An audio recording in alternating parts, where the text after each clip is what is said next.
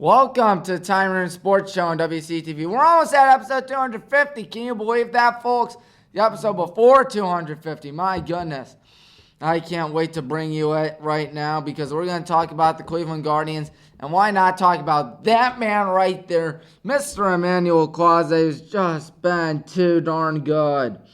37 saves, a .66 whip, .63 ERA, and a 159 average. And that was heading into Monday night's game too, by the way, so there was that. Unbelievable. Am I right, folks, or am I right? I'm always right. Ben Lively, 10 wins, 120 innings pitched, 98 strikeouts. Tanner Bybee with 144 strikeouts, a 1.08 whip, and a 3.33 ERA. Now let's look at the batters. All these stats once again heading into this series this week against the Yankees.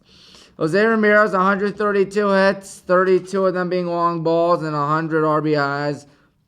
Whereas Josh Naylor has 45 walks, 27 long balls, and 89 runs batted in. Stephen Kwan, a .316 average, 14 doubles and 3 triples. Last but not least, Andres Gimenez, .255 average, .302 on base percentage, and 50 runs scored. All right, time to look at the series that the Guardians participated in. First, a rough one against the Milwaukee Brewers, where it was a clean sweep for Milwaukee. Yikes. Aaron Savali, 6 shutout against his former team, Cleveland, in Game 1. He's pitching for the Brewers now. Jose Ramirez hit a home run in Game 1, while Game 2 was televised on Channel 8, Fox 8. So there was that, and unfortunately a lot of people got to see the Guardians lose. Disappointing, I know. But a lot of people got to see Josh Naylor cash in the only run of the game being a home run in Game 2. Well, Colin Ria had 7 shutout innings in Game 3. And the Guardians didn't score a run in Game 3 either, but rather 2 hits. Oh, boy. Stephen Kwan and Will Brennan collected the only hits, 1 apiece. And then it's time to look at the Guardians against the Yankees. That series right there last night was tough, but the night before was a win. Have no fear. It was an explosive 6-run inning in the, 6-run 12th inning on Tuesday night, rather, where the Guardians won it. And despite Aaron Judge cashing in 3 RBIs and having his 45th home run of the season, Juan Soto also having a home run too, the Guardians had a fine relay out to get the go-ahead runner out in the 8th inning for the Yankees. It worked. The Guardians won. And then came last night a disastrous 8-1 ball game where John Kenzino had a home run, I will say that. David Fry and Andres Gimenez had hits. But outside that, nothing good for the Guardians. Especially when Juan Soto had 5 RBIs. Good Lord, he's so good. And also, there's Aaron Judge, who had 2 home runs. Oh, you gods, he is incredible. He's at 47 already on the season. Absolutely nuts. Hard to believe. And the Yankees pitcher, Nestor Cortes, had 7 shutout innings, a 3-hit ball. So there was that. Nasty Nestor, as they like to call him, even though he likes to balk a lot, but the MLB does not call it for some odd reason. Right now, the Guardians game is not the worst scenario because it's scoreless, and it's not that bad because it's 0-0. And the Guardians have 2 on and 2 out for Mr. Josh Naylor, and Josh Naylor got out. Never mind. Well, that's never a good sight to see, especially when Oswaldo Cabrera is up for the Yankees. The Yankees have a hit. Yes, they do. Cabrera. Then after that, I believe it's Ben Rice. Then Gleyber Torres. And then you got the 2 scary guys on the Yankees, Juan Soto and Aaron Judge. And that's not the concern just yet. The concern is closing out the division. Because the Guardians are only 2.5 ahead the Twinkies and the Twins. Or Twinkies and the Royals, I apologize. Twinkies and Twins are the same team, as we all know by now. Do either of them play today is the question. And by the looks of it, no, they do not. Yes, sir. It will be tomorrow. Kansas City's got a series against Philly. That's good, because Philly's a tough team. And the Twins have a weekend series against the Cardinals, which hopefully results in something good. And then this weekend, the Guardians going up against the Rangers. I'll be at the game Sunday at 1 for my parents' anniversary. Matthew Boyd will be on the mound for Cleveland that day. And the day before it'll be Ben Lively, and the day before it'll be Tanner Bybee. So Bybee, Lively, and Boyd. All at Progressive Field for what should be a great game to say the least. Or a great series to say the least. It's going to be exciting. Can't wait to be there. But enough of that. As you know by now, high school football is back. High school football is finally back. You know what that means? What's also back? You guessed it. The best part of the show, Tommy's Picks. Oh, we've waited a long time for this, ladies and gentlemen, haven't we? Yes, we have. It's only high school football this week, but it's better than nothing. FBS football is coming up next week. But my God, it's so incredible. We've waited months for Tommy's Picks, but it's finally here. First things first, Highland against Hudson. Hudson beat us last year. I got a bad feeling they're going to beat us again this year. But prove me wrong, boys. Prove me wrong. I got a feeling they can prove me wrong. They will prove me wrong. I got a good feeling about it. But still, Hudson, I got a bad feeling we'll win.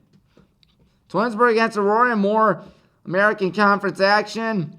I think the Green Men are going to beat Twinsburg. Twinsburg did not have a shabby season last year. They did win a playoff game, if I'm not mistaken. And then Wadsworth going to Sharkey Stadium to play the Barberton Magics, where I got the, who do you call them, Grizzlies coming out on top in that thing. Brecksville against Talmadge, that's going to be a good game. National Conference against American Conference, just like the previous 3 games. I got the Bees win that one, they're home. Bees did win a playoff game last year over the Demons, so there was that. Of Westlake, of course. Solon against Olmsted Falls. Gotta go with the Bulldogs. They're a tough team. And then at the Finney Stadium, Berea Mid-Park hosting Brunswick. Brunswick with a new coach and Cole Carter. Gotta go with the Brunswick Blue Devils on that. Strongsville also has a new coach and former NFL star Jason Trusnick and Ohio Northern Polar Bear too, by the way. And he'll be taking his team against the Avon Lake Shoremen. I don't think the Mustangs are going to win at Pat Catan. I think it's going to be the Shoremen. Here's your lock of the week, folks. The Medina Bees. The Medina Bees are going to win this thing in an easy contest. I think it should be no doubter for them. And Stowe's been struggling immensely lately, unfortunately. McKinley against Harding. Got to go with the Bulldogs. And then a game at Cleveland Browns Stadium. St. Ignatius going to play Avon. The Eagles, very good at what they do. I got to go with the Eagles on that. I just need to check. Did they play last year, these two teams? I don't think they did. They did not. So that's going to be a good game. Mike Elder against Ryan Franzinger. Elder, of course, Avon, Franzinger, St. Ignatius. North Olmsted against North Ridgeville. Got to go with North Ridgeville, the Rangers. The Boardman Spartans against Kenston. Got to go with the Kenston Bombers. Riverside against NDCL, the Lions. I'm going with the Beavers instead. Buckeye Cloverleaf going with the Buckeye Bucks out the grassy field known as Buckeyes Stadium. Yeah, it's grass stadium. Who would have thunk it? Midview is going to be an upset, folks. I think they're going to take down Westlake in Week 1 action at their place. That's going to be a good game. 2 teams that made the playoffs in Region 6 last year, and both first-round exits. But Westlake was a higher seed and ultimately hosted the playoff game despite the fact they lost. Tonight, it's Ursuline against Walsh Jesuit. Northeast Ohio Zone to cover that one tonight, so be sure to follow him on Twitter at NEO Zone Sports. But Walsh, I think, will beat the Fighting Irish out at Stambaugh Stadium at Youngstown State University. Benedictine against Canton South. Got to go with the, who do you call them? Benedictine Bengals. So there is that. And then Independence against Columbia. Going with the Raiders. Kirtland against Dalton, the Hornets, and Cuyahoga Falls against Berkshire. Those are That's going to be a Red Wolves victory. Yes, sir. So, obviously, it's that time of year for high school football. And you know I got to be representing my Hornets. Hold on, man. I'm getting a call. Hey, Tom. It's a Hornet hater. I was listening to your takes. Good luck. They're going 0-10. No. Guess who's back? Back again. Hornets back. Tell a friend. Guess who's back? Guess who's back? Guess who's back? Guess who's back? Guess who's back? Guess who's back? Guess who's back? I must warn you, this is a pretty bad rap song, by the way. But I'm doing it nonetheless. Well, look what the season brought. Towns Blue Devils with a yellow. We'll conquer them as they yell and bellow. With a grinning face and mellows. Plus the riders pulling up to the tire against team higher. Aaron Byers, Aaron Criers. Mike Gibbons, he been ain't tired. And we all know our mission from God as we move it against all the odds. As I make a high school football mod, as we play Hudson, brother will rob. They are just like Tattoo or Rod. We are gonna eat them up like the cod when we make sure they don't have a job. Of course, so we're glad to be back like Highland Hornets will win, yeah. For our next game, we're about to play and defeat ya. Highland Hornets will win, yeah. For our next game, we'll win out at the tire. Now, back in the days of 13, right around the time we got past the grade 3, Mario gummies as a way of snacking, beating Cromwell out at Copley, buzzing like hornet emojis. The seniors and we would go 13-0 when we won week 10 over Cloverleaf. We no longer play that school or green because I have zero doubts that this whole team's bout to win games and some blowouts. That old running clock's out to stop bleeding, so when we finish the games, it will finish very calm and real tame. But it feels like there are some bears as their wins against us are super rare, because we usually scare. Yeah, that's our home opener taste of Highland, and we're always profiling, and that is why we are always styling, and we are always flying. When you ask who's win D3, it's us then. And if some feel about clock Big Bens, it's gonna be us again. Highland Hornets will win, yeah. For our next game, we're about to play and defeat ya. Highland Hornets will win, yeah. For our next game, we'll win out at the tire. Break it down! Sometimes I stare into the Hall of Fame and wonder if we'll play the championship game. And if I get to announce the whole gang, things will not be the same. So how many players that play for Brunswick want to beat us but said they'll get sick? Their clock is going to tick. We're going to beat them up just like John Wick. Playing better shows than watching on Nick. Playing babies, finishers, and throwing all bits. We play the darn Magics. That game's going to end very tragic. What's games against Aurora? We'll beat them as if they're like Dora. Hand on the assist Nora. 30 will be all covered by Borla. How about Thursday, Revere? I got school the next day. I'll cheer. You know I'm going to be over here and yell about touchdowns as we strike fear. And then after that we'll have a ball. Cuyahoga Falls. What? We'll lose what? Okay, that's wrong. They're going to fall. In conference, we're too tough and too strong, really tall. And we're probably going to win, y'all. And you can watch us on YouTube, y'all. When Hornets will win. Gibbons is him. His Hornets always win. They can beat you. And they'll see you. Ho and 2 indeed, too. Big aim is true. And Washington isn't winning, too. Because the Hornets got to go. Win football games in sun, night, rain, hot, cold, or snow. And on this December, hopefully remember the glory for each player and family member. Highland Hornets will win, yeah. For our next game, we're about to play and defeat ya. Highland Hornets will win, yeah. For our next game, we'll win out at the tire. That's it.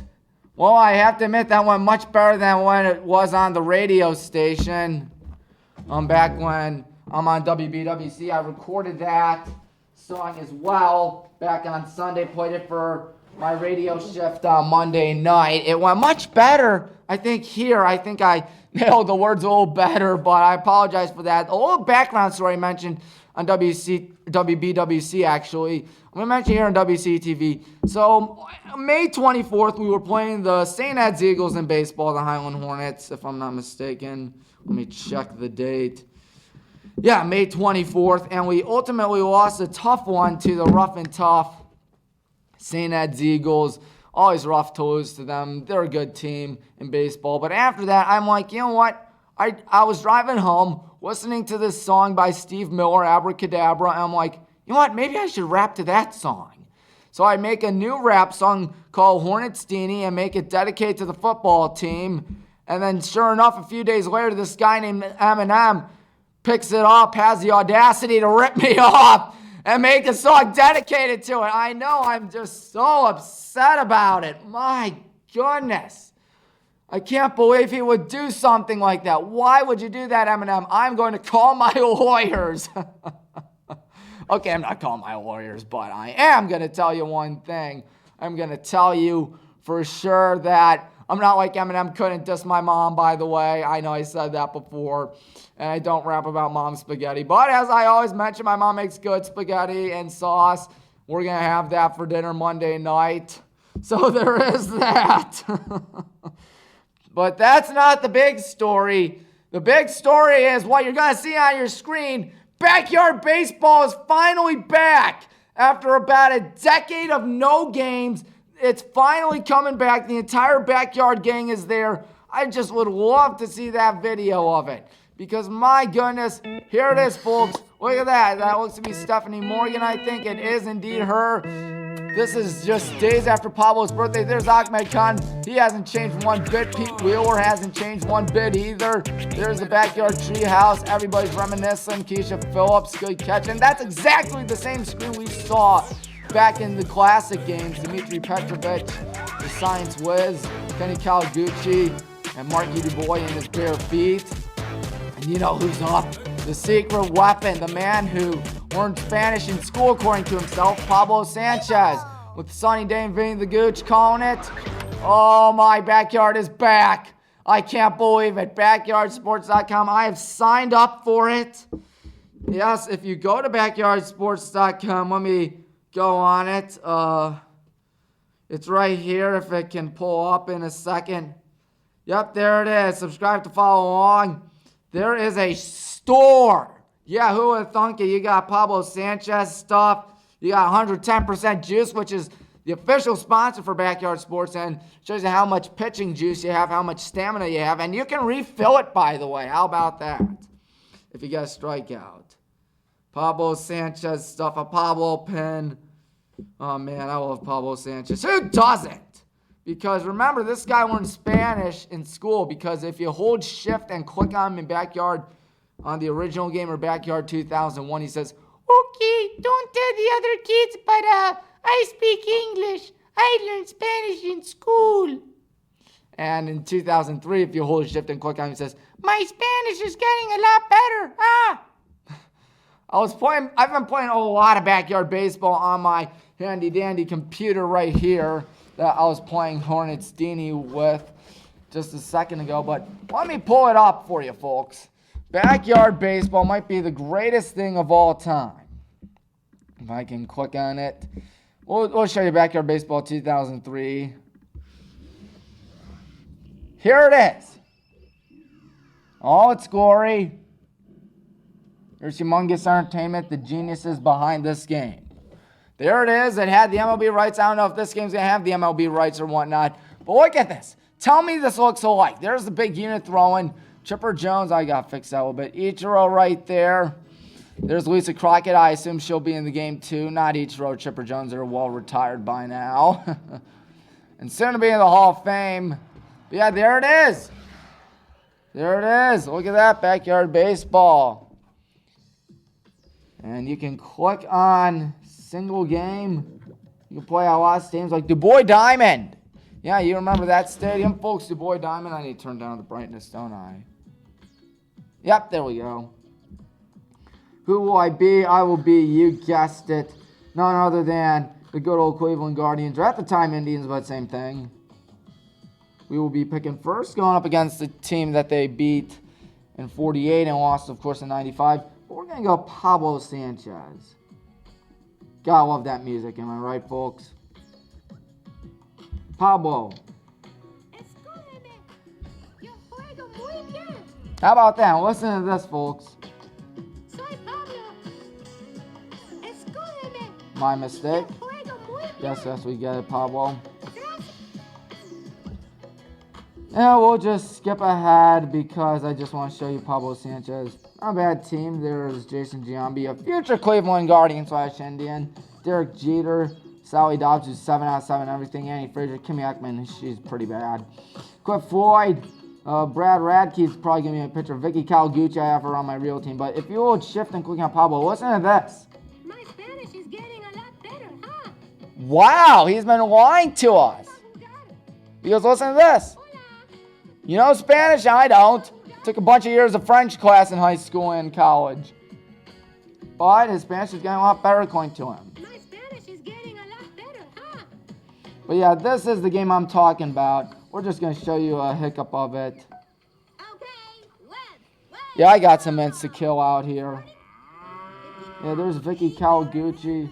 Gotta turn that down. But look at how cool this game is. This game is so much fun. There's Randy Johnson. Gotta love the chatter in this game. And watch Vicky go. I know I don't have Pete Wheeler. They have Pete Wheeler. Of course they have Pete Wheeler. But Vicky gets on base. Anyways, you got the gist of it by now. I just want to get to Pablo Sanchez in a minute. Where's he batting? Probably 7th or something. No, he's batting 3rd. Let's go. It's all about with Brad Radke. He's the Minnesota Twins representative. Of course, in this game, each team has one representative. I'm just going to bunt with Mr. Radke because he's a pitcher. Uh-oh, that might not have worked. Never mind, it did work. Because if you got a double play in backyard baseball, you got a hitting power. Listen to this music for Pablo Sanchez. This is what we're getting back, by the way. That's why I'm playing it for you folks. Because this game is coming back for the first time in over 10 years. Here's Pablo ready to tee off him. Or maybe not. But he's still got on base nonetheless. Go, Pablo. Come on, Pablo, you're going to have an inside the park home run. And Pablo. Let's have fun. Or maybe not. Oh, well, it was fun while it lasted. You got the gist. This is what we're getting back because it's going to be a whole lot of fun. And next week, you know what we'll be getting back? We'll be getting back NFL predictions. I got to do some NFL picks, my goodness. And, of course, we will also be doing, what do you call it? College football FBS picks. So there is that. I'm Tommy Maroon. Thank you for hanging out with me. As backyard baseball is finally back, high school football is finally back. What a time to be alive, as Jasper said after he got unfrozen in the freezer and saw the moon pies from The Simpsons. Tommy Maroon thanking you. Goodbye.